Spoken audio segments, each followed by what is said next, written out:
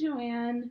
I'm going to talk about the 2 hour conversation or like engagement that I had with a group of people in my community that I'm not so familiar with. Um, we have a family friend that cleans my grandma's house once a month, and my mom's known her for 20 years now. She is Mexican American. She's currently actually not Mexican American yet. She is currently undergoing the process for her citizenship. She's actually waiting for her citizenship, which I found out in the conversation.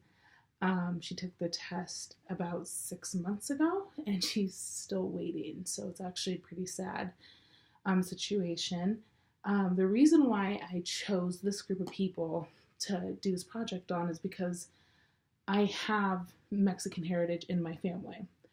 On the Baca side and the Garcia side, on my dad's side, there's a very strong Mexican root. They would have big, huge family gatherings. My great grandma would be the center of them, and we would go to parks, which I always make the joke that we always go to parks. After a while, we got really disconnected from that side of the family. We stopped going to those engagements and those reunions.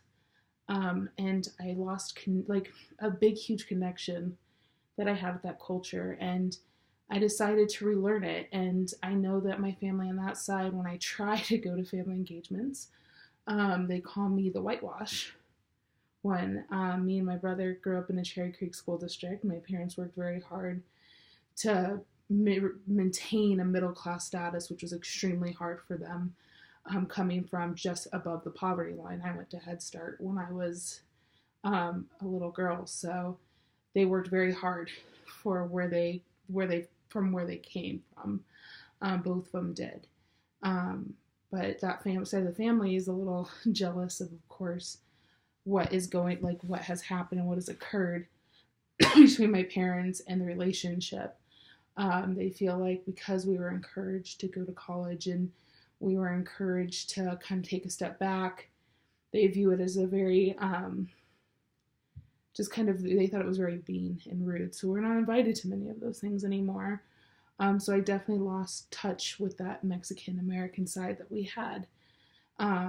Just a little background, I know you read it in my first part of the autobiography, and I mentioned it again in my third part, is that my family's been here for over 400 years. That side of the family, at least. It is Mexican American, but it's also very American. My great-great-grandfather had three different certificates. He had a birth certificate that was Spain, and he had a marriage license from Mexico, and he had a death certificate in American. And he remained in New Mexico throughout that whole process. So that just gives you kind of a view of how things changed over time and how long my family has actually been here. When I began the project, of course, I let her know that I was going to be interacting with them. I spent over 4 hours in their home. I stayed for a birthday party, and it was a really amazing moment, and I'm glad that I was able to take the time to do so. As for learning, I learned a lot about the culture itself that I didn't even realize was part of the Mexican culture. I always knew that there was a big family connection, but I've really seen nothing like it until I was able to immerse myself into their culture. Just the closeness and the tightness of each individual as a family member, like a family unit, was just very impressive. And it was very charming to see that they are so close with one another, and I'm glad that they're holding that customs and keeping those customs.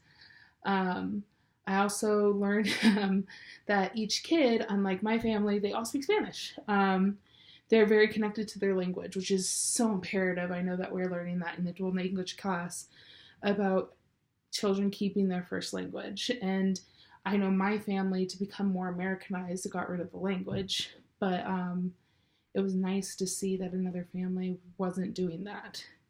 And even though most of them are still working on getting their citizenship, they're still proud of who they are. They're here for work. They're here to make a better life for themselves, which I completely agree with. I know there's a big political thing going on with that, which is also something that we talked about. Again, we mentioned, I mentioned her citizenship process in the beginning of this discussion. The unknowns that I still have about their culture is mainly just they can't give you much insight about why they come here, but why they choose here. And like they say, they're like, well, it's close. Obviously, they can get across the border. Visa process is really hard, but they don't really want to be here. They're here for work. They love their home. But then you ask them why here, they can't really answer it more. And it's more of like it's an opportunity, but if they could go other places, they'd rather would.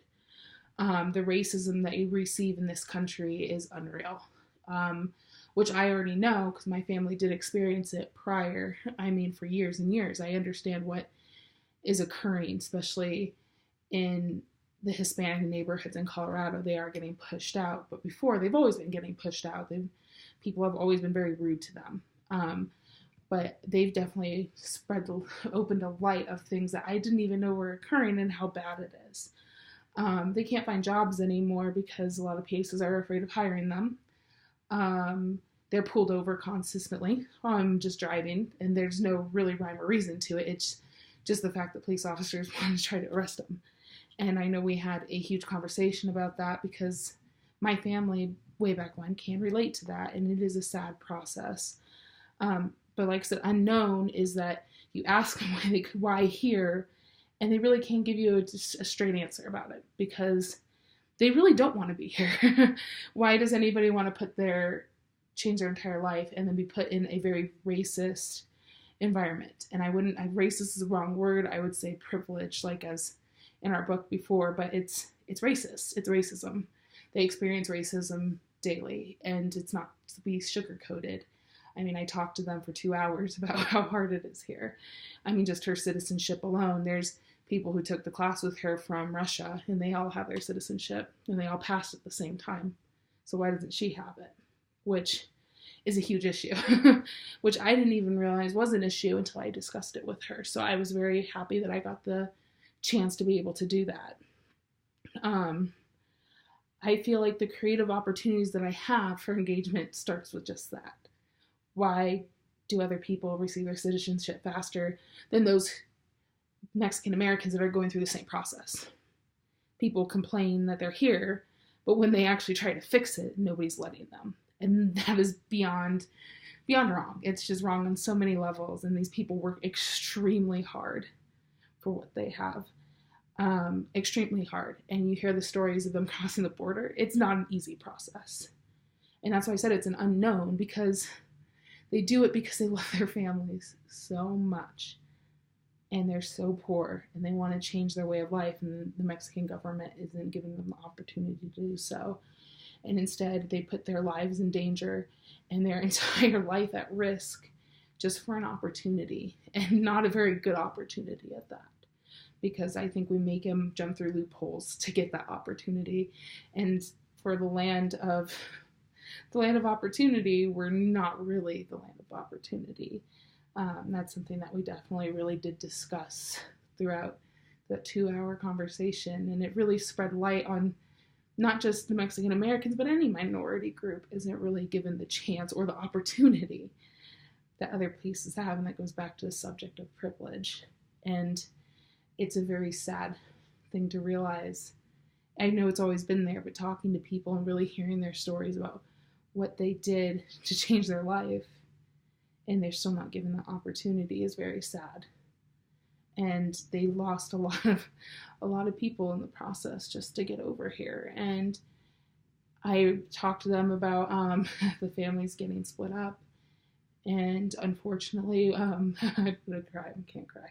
One of their babies were taken from them. The parents were sent back from Mexico, and they can't locate that beautiful baby girl. And that's wrong. And I didn't realize it would hit so close to home.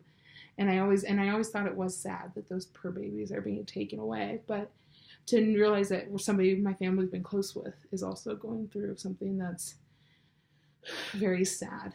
And those are the opportunities that need to be changed. These people want opportunity. if we're the land of opportunity, then we need to put privileges aside so these people can have an opportunity and these babies aren't being taken away and these people aren't having to go through loopholes just to gain citizenship.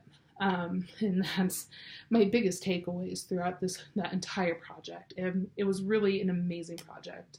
And I wanted to say thank you for last semester. I know it's been extremely challenging and very hard technology-wise, but I did gain a lot of insight over the last semester just about privilege. And I'm glad that I was able to learn this material because now I can take it and I can fix things because I am in a position and I am going to further my education even after this to be able to take those steps to create better opportunities and less privilege in our communities.